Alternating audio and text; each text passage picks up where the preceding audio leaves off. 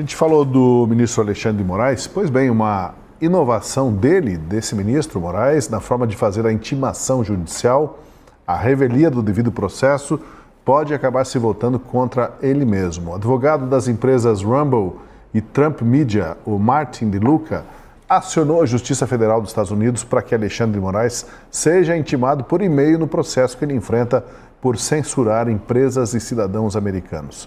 O processo contra Moraes, vale lembrar, está parado desde agosto do ano passado numa gaveta do STJ, o Superior Tribunal de Justiça. A única manifestação que veio a público até agora foi da PGR, que pediu a rejeição da notificação de Moraes. Na prática, argumenta o advogado de Trump, se Moraes notificou por e-mail as empresas para ordem de remoção do conteúdo, então ele pode ser também notificado por e-mail. Se for pela lógica, faz sentido. Mas você acredita, Fred, que a justiça americana vai aplicar esse mesmo expediente? Ou Moraes vai continuar trompeteando aí que não se curva diante de milícias digitais, sejam elas daqui do Brasil ou do exterior? Ele seguirá firme no seu combate, né, com todas essas bravatas, enquanto manda intimar os outros por e-mail, até por conta de rede social, mas não aceita ser intimado e está segurando lá, né, no STJ, não chegou até ele a intimação desde agosto do ano passado. Isso, de certa forma, é também uma afronta à justiça americana, né? Simplesmente não dá resposta. É claramente um procedimento de obstrução de justiça, Tosi. E é muito provável que a justiça americana conceda, sim, a citação do ministro Alexandre de Moraes via e-mail. E por quê? Porque há uma previsão internacional chamada Convenção de Haia, um tratado que foi assinado pelo Brasil e assim também pelos Estados Unidos, que prevê a forma de cumprimento de intimações judiciais quando envolvem mais de uma jurisdição, mais de um país. Basicamente, você tem uma autoridade central em cada país, e no nosso caso, a autoridade judicial é o STJ, que ele analisa a citação, é um procedimento muito simples do ponto de vista burocrático. Analisa a ordem judicial de citação vinda dos Estados Unidos e dá cumprimento a essa ordem chamada exequatur por meio de um juiz federal de primeiro grau. E o que alega a Procuradoria-Geral da República?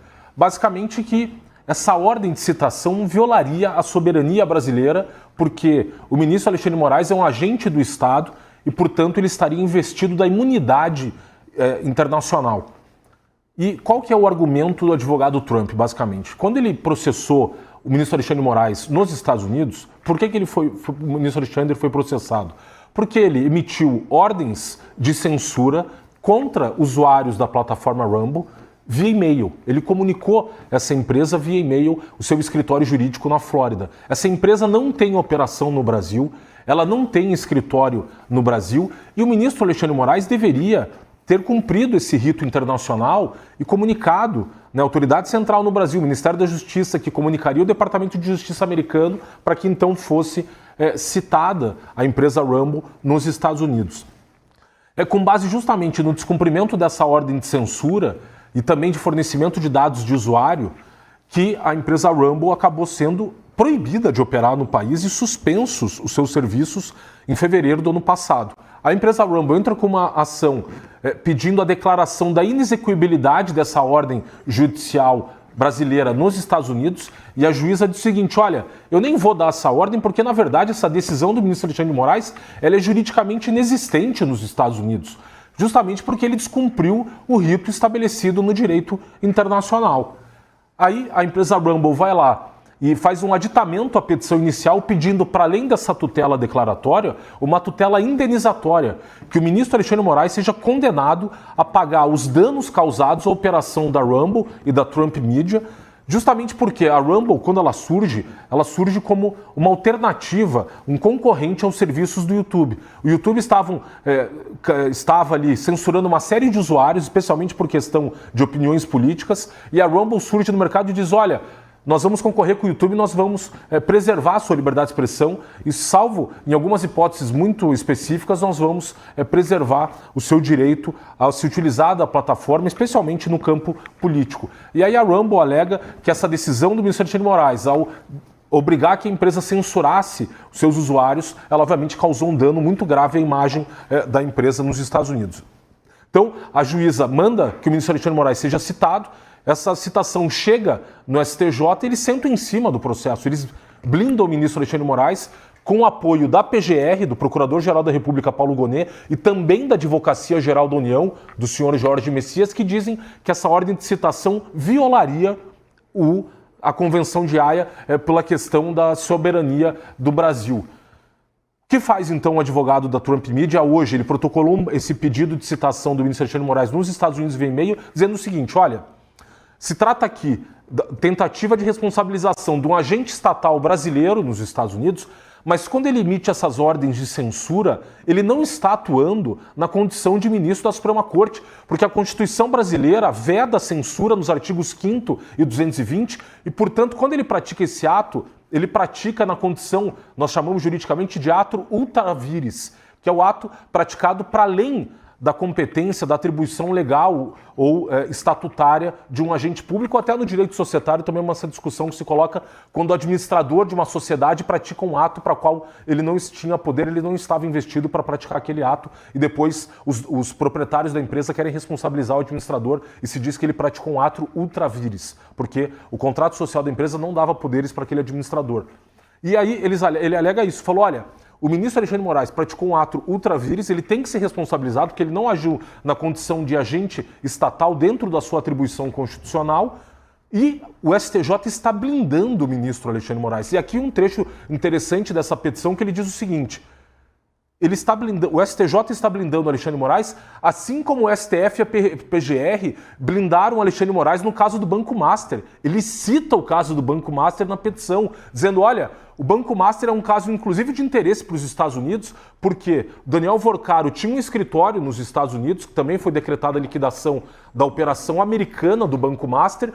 Surgiu a notícia de que a esposa desse ministro foi contratada pelo Banco Master. Sabe o que fez o Procurador-Geral da República? Mandou arquivar o pedido de investigação do ministro Alexandre de Moraes. E o próprio advogado do Rumble, Tosi, importante ressaltar, ele cita na petição uma reportagem da Gazeta do Povo mostrando que o STJ estava acobertando e blindando o ministro Alexandre de Moraes, e mostrando a importância, inclusive, aqui do trabalho da Gazeta do Povo em denunciar tudo o que está acontecendo no Brasil. Então, o que ocorre hoje é que ele pediu que o ministro Alexandre de Moraes seja citado via e-mail, assim como ele fez com as empresas Rumble e Trump Media, e muito provavelmente o ministro será citado via e-mail porque há precedentes em outros casos envolvendo a China e o próprio Brasil, no caso da China, do governo chinês, e no Brasil, de uma empresa que estava falsificando produtos da Louis Vuitton e foi processado nos Estados Unidos, em que o judiciário americano considerou que se o Poder Judiciário brasileiro blinda